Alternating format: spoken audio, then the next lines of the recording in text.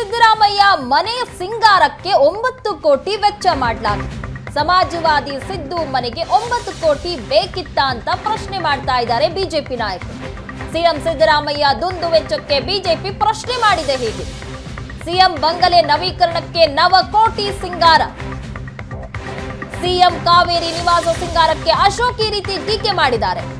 ರೈತರಿಗೆ ಬರ ಪರಿಹಾರ ನೀಡಲು ಹಣ ಇಲ್ಲ ಅಂತ ಹೇಳಿ ಕೈ ಚೆಲ್ಲಿದ್ದ ಸಿಎಂ ಬಂಗಲೆ ನವೀಕರಣಕ್ಕೆ 9 ಕೋಟಿ ಉಡೀಸ್ ಮಾಡಿದ್ದಾರೆ. ಬಾಯಿ ಬಿಟ್ರೆ ಸಮಾಜವಾದ ಸಾಮಾಜಿಕ ನ್ಯಾಯ ಅಂತ ಬುರುಡೆ. ಮಜವಾದಿ ಸಿದ್ದರಾಮಯ್ಯನವರೇ ಜನತೆಗೆ ಭೀಕರ ಬರ ಎದುರಾಗಿದೆ. ಸಾಲದ ಹೊರೆಯಿಂದ ಸೊರಗ್ತಾ ಇರುವ ಪರಿಸ್ಥಿತಿಯಲ್ಲಿ ಇಂಥ ಶೋಕಿ ಬೇಕಾ ಅಂತ ಪ್ರಶ್ನೆ ಮಾಡಿದ್ದಾರೆ. ಅಶೋಕ್ ಅವರು ಟ್ವೀಟ್ ಮಾಡಿರೋದನ್ನ ನೋಡ್ತಾ ಇದ್ದೀವಿ. ಈ ಬಗ್ಗೆ ಹೆಚ್ಚಿನ ಡೀಟೇಲ್ಸ್ ಕೊಡ್ತಾರೆ ನಮ್ಮ ಪ್ರತಿನಿಧಿ ಮಾರುತೇಶ್. ಸಿಎಂ ಮನೆ ರಿನೋವೇಟ್ ಮಾಡೋದಕ್ಕೆ 9 ಕೋಟಿ ವೆಚ್ಚ ಮಾಡಿದ್ದಾರೆ ಅಂತ ಈಗ ಬಿಜೆಪಿ ಆರೋಪ ಮಾಡ್ತಾ ಇರುವಂತದ್ದು. ಅಂದ್ರೆ ರೈತರಿಗೆ ಬರ ಪರಿಹಾರ ಕೊಡೋದಕ್ಕೆ ದುಡ್ಡಿಲ್ಲ ಅಂತ ಹೇಳ್ತೀರಾ, ಈ ರೀತಿಯಾಗಿ ದುಂದು ವೆಚ್ಚ ಮಾಡಿದೀರಾ ಅಂತಲ್ಲ ಟ್ವೀಟ್ ನಲ್ಲಿ ಪ್ರಶ್ನೆ ಮಾಡಿದ್ದಾರೆ. ಏನ್ ನಡೀತಾ ಇದೆ ಹಾಗಾದ್ರೆ ಅಂತ ಈ 9 ಕೋಟಿಯ ವಿಚಾರ? ಪ್ರಗತಿ ನಿಜ. ಯಾಕಂದ್ರೆ ಸಿಎಂ ಮನೆ ಅನ್ನುವಂಥದ್ದು ಪ್ರತಿ ವರ್ಷ ರಿನೋವೇಷನ್ ಆಗ್ತಾನೆ ಇರುತ್ತೆ. ಆದ್ರೆ ಈಗ ಮುಖ್ಯಮಂತ್ರಿಗಳ ನಿವಾಸ ನವೀಕರಣಕ್ಕೆ ಆಗಿರುವಂತ ವೆಚ್ಚವನ್ನ ಗಮನಿಸಿದ್ರೆ 8,61,00,000.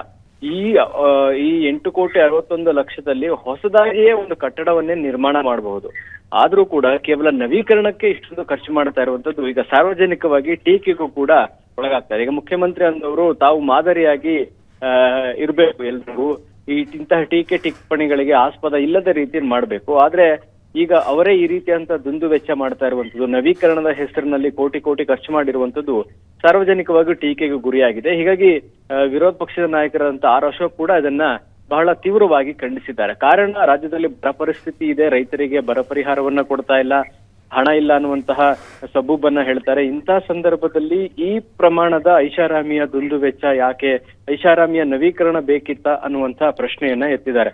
ಇದು ಮಾತ್ರ ಅಲ್ಲ, ಕೇವಲ ಪೀಠೋಪಕರಣಗಳ ಖರೀದಿಗೆನೆ 3 ಕೋಟಿಯನ್ನ ಹಿಂದೆ ಖರ್ಚು ಮಾಡಿದ್ದು ಕೂಡ ಏಷ್ಯಾನೆಟ್ ಸುವರ್ಣ ನ್ಯೂಸ್ ವರದಿಯನ್ನ ಪ್ರಸಾರ ಮಾಡಿತ್ತು, ದಾಖಲೆಯನ್ನ ಪ್ರಸಾರ ಕೂಡ ಮಾಡಿತ್ತು. ಅದರ ಮುಂದುವರಿದ ಭಾಗವಾಗಿ ಅವಾಗ ಬರೀ ಪೀಠೋಪಕರಣದ ಮಾತ್ರ ದಾಖಲೆಗಳು ಲಭ್ಯವಾಗಿದ್ವು. ಈಗ ನವೀಕರಣದಲ್ಲಿ ಎಲ್ಲೆಲ್ಲಿ ನವೀಕರಣ ಮಾಡಿದ್ದಾರೆ ಅನ್ನೋದ್ರ ಡೀಟೇಲ್ ಕೂಡ ಲಭ್ಯ ಆಗಿದೆ. ಅದಕ್ಕೆ ಹತ್ತತ್ರ 8,61,00,000 ಖರ್ಚು ಮಾಡಿದ್ದಾರೆ.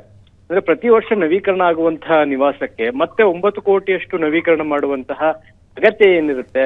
ಪ್ರಗತಿ ಇದು ಒಂದ್ ರೀತಿ ಹೇಗೆ ಅಂದ್ರೆ 4G ಎಕ್ಸೆಂಪ್ಷನ್ ಅನ್ನು ತೆಗೆದುಕೊಳ್ತಾರೆ, ಯಾವುದೇ ಟೆಂಡರ್ ಕರೆಯೋದಿಲ್ಲ, ನಿರ್ದಿಷ್ಟ ಗುತ್ತಿಗೆದಾರರಿಗೆ ಕೊಡ್ತಾರೆ. ಕೇವಲ ಸಿಎಂ ಮನೆ ಅಂತಲ್ಲ, ವಿಧಾನಸೌಧ, ಶಾಸಕರ ಭವನ, ಸಚಿವರುಗಳ ನಿವಾಸ ಇದೆಲ್ಲವೂ ಕೂಡ ಪ್ರತಿ ವರ್ಷ ನವೀಕರಣದ ಹೆಸರಿನಲ್ಲಿ ಕೋಟಿ ಕೋಟಿ ಹಣವನ್ನ ಲೂಟಿ ಹೊಡಿತಾ ಇದ್ದಾರೆ ಅಧಿಕಾರಿಗಳು, ಜೊತೆಗೆ ಗುತ್ತಿಗೆದಾರರು ಸೇರ್ಕೊಂಡು. ಅದಕ್ಕೆ ಇದು ಮತ್ತೊಂದು ಉದಾಹರಣೆ ಆಗಿ ಕಾಣ್ತಾ ಇದೆ. ಪ್ರಗತಿ, ಥ್ಯಾಂಕ್ ಯು ಮಾರುತೇಶ್ ನಿಮ್ಮೆಲ್ಲ ಡೀಟೇಲ್ಸ್ಗಾಗಿ.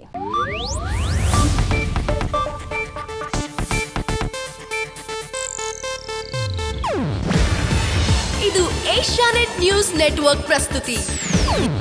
ನೀವು ನೋಡ್ತಿದ್ದೀರಾ ಏಷ್ಯಾನೆಟ್ ಸುವರ್ಣ ನ್ಯೂಸ್.